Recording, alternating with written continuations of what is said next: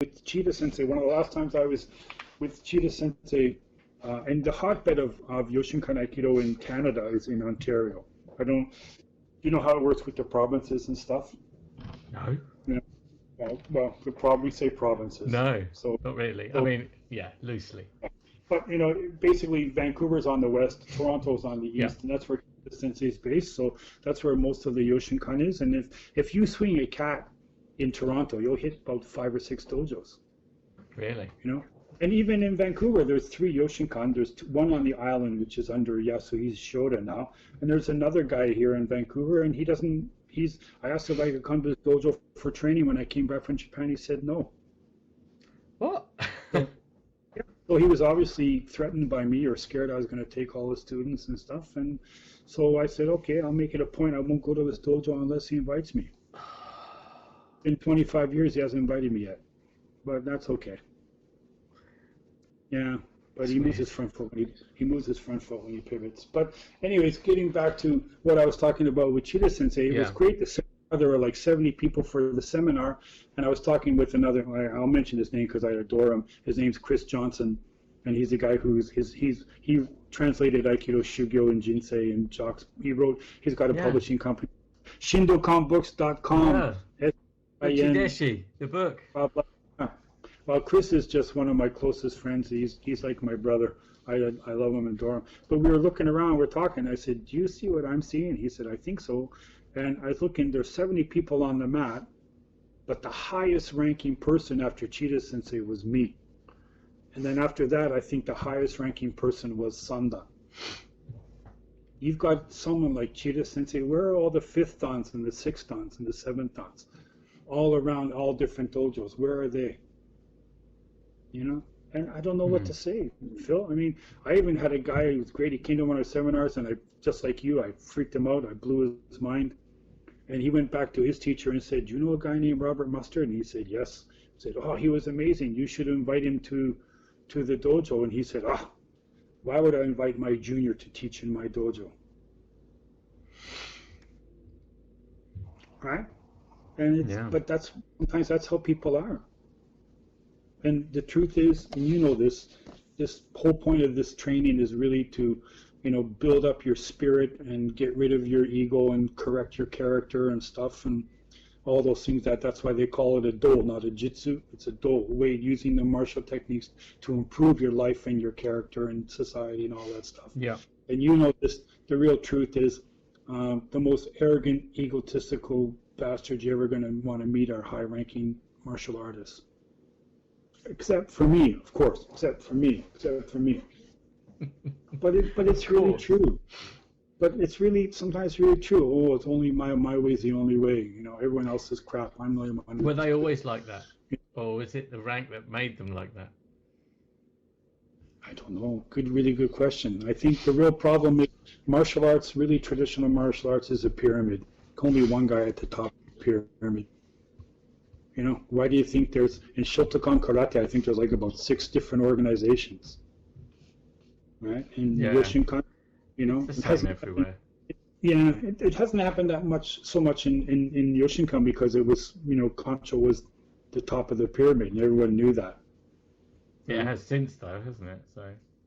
It's gone away a little bit. I think it's human nature at the end of the day. And the truth is they've all learned the right. You know, they've all learned the right. I respect all of them. Do I like the way they do Aikido? Some of them not necessarily, but they probably don't like my Aikido. But if they, you know, if they came, you know, for example, you know, Yasuhisa came to Vancouver 3 times and 4 times, and never once did they ask me to come and invite me to the seminar. And if they had invited me, I would have gone. I would have taken as many students as I could have because you're supposed to show support. But it sounds egotistical, but at my rank, I'm not just going to show up and say, hi, can I play? That makes sense though, Phil. I mean, I don't want to sound egotistical, but I think someone of my rank with the dojo, they should have invited me. I'm just not going to show up. And they didn't, so I didn't have to go, which was fine because I didn't like his Aikido. So... It's an interesting phenomenon, though, isn't it? Yeah. Um, You know. it's like Animal Farm. All animals are created equal, except some are more equals than others. If we're not careful. And the teacher's sincere, and I'll buy him a beer and carry his bag anytime. You know, and you can learn from anyone. The truth is, sometimes if they're not going to be bothered to be focused and concentrated, they're not going to get anything. And sometimes just higher rank just means they just got the rank. You know. And I have no problem taking uke for. I'd still take uke for Takano Sensei or Chido Sensei if they ask me. I do it in a heartbeat. Probably ache for days and days and days, but I do it. Right? Absolutely. Yeah. Although I don't train regularly in your flavour of Aikido, as you know, I have a great many friends who do. Back in 2009, a good friend of mine, Neil Saunders Sensei, I believe you know him quite well. He I know him pretty well. he pretty very kindly introduced me to you for the size. I have Was that to the thank first one at Hartford? Yeah, absolutely. Well, if I can put a little blog in there or plug in there for Neil, like he's a miserable bugger, but I love him dearly, and he's just been my biggest supporter worldwide without a doubt. And the reason why he put on that Dartford seminar, because he's been here for training a couple times, and the reason he put it on, I mean, traditional martial arts in Vancouver just don't seem to be that popular. And I was telling him how, I mean, the dojo was okay, and the kids helped because there are some financial commitments with the dojo, as you know. And I told him that the dojo account was pretty bleak and it was annoying. So he said, let's put on a seminar. And he found out the new Dartford Judo Center, and he said, let's put on a seminar for you to help the dojo. And that's why he did it. And it was the first time I left Vancouver on Thursday, got to the UK on Friday, had a bit of a nap and something to eat and maybe one or two beer at Neil's on Friday. Then I taught Saturday, Sunday at Dartford, and on Monday I got in a plane, came back to Vancouver. So I didn't even get jet lag till I got back in Vancouver. But that's the type of guy Neil is, and he looks after everything when I'm in the UK. And never mind the fact that his Aikido is pretty shit hot. He's just a spectacular guy. A little bit miserable, as you know. You know him pretty well too, but I couldn't ask for a nicer supporter or a nicer friend.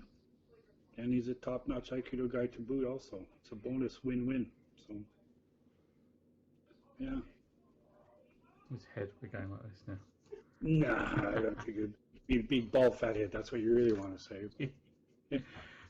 And he's been here for training. I like to think that he considers this place his Aikido home when he comes, and I've been in his place so many times the kids don't even acknowledge me anymore. I'm just usually there, right? So yeah, and it's also Neil. He put up, you can't see, but I should have showed you, but up there's some lights above the fireplace, and he helped me put them up, and he did such a shit job. It was terrible. I had to take them down, put it back up again all by myself. He'll hate that because he actually did all the work. I just messed it. I just messed everything up, and he fixed it. So, but don't tell him I said that. He won't like that. So, yeah. So that's where we first met, and I actually met a lot of people. I think for that first one. Yeah, yeah.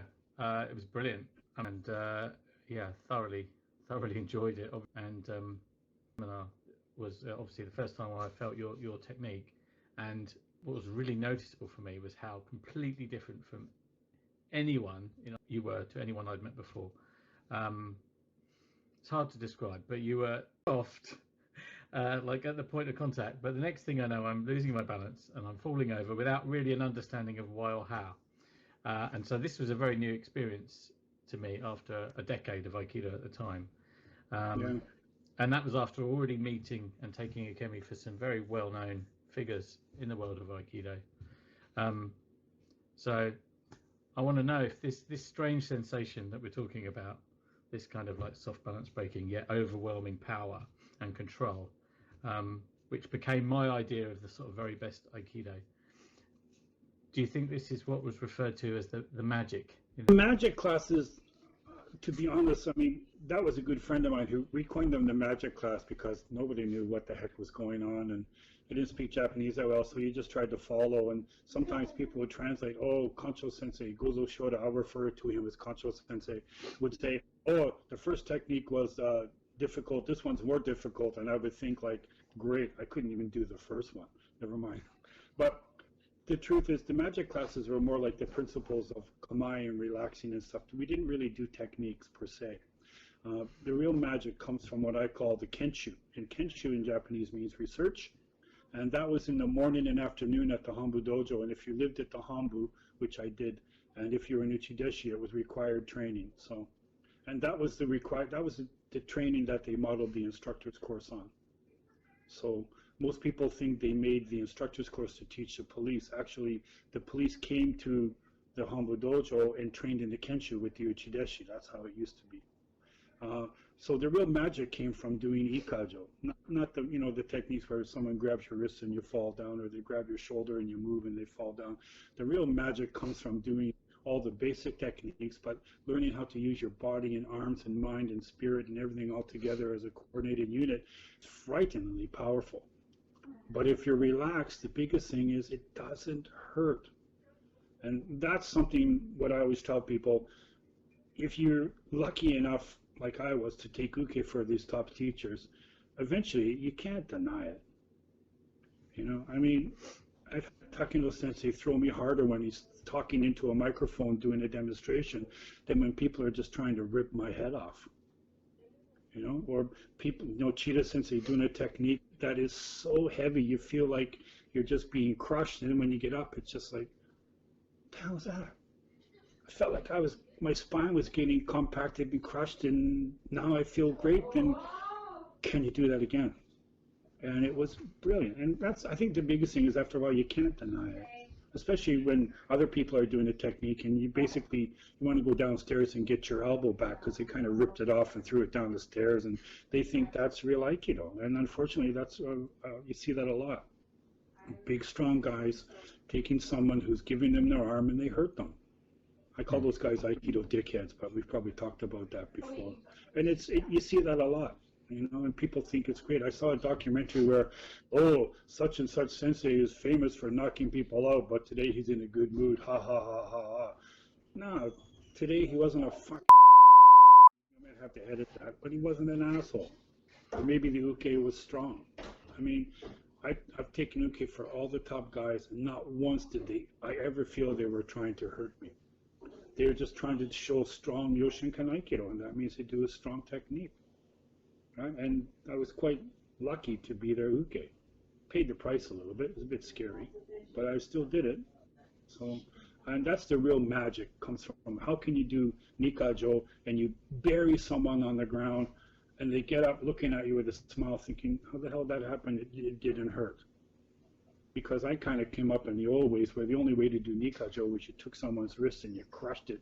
So their wrist would just get all smashed, and then you would smash the other one. Right? And then you wonder why sometimes when I make a cup of tea, my wrist gives out when I'm making the tea. And I had these guys throwing me really, really powerfully, and it didn't hurt. It felt fantastic. That's what I really wanted to get. And I think I found the secret of it. It's doing the Kihon Dosa, the basic movement, strong enough that your body power can come out, and then you don't have to rely on your arms, if that makes sense. Yeah, perfectly. Do you think? Right, I've got another question. Okay. Just to talk about, because obviously I did, when you did the Dartford seminar when we met, and then you did another one the year after, but then the year after that, you started doing the joint seminars with Toby Threadgill Sensei. Yes. Yeah. And they were amazing. They were like, it seemed you were on the mat, you were sharing the teaching duties, but not like an hour apart or whatever. You essentially just do one technique, another technique, and it was I thought it was inspired because there was so much common ground, even though obviously there were different arts, but the common ground was quite remarkable, and it's a shame that they stopped. Hey.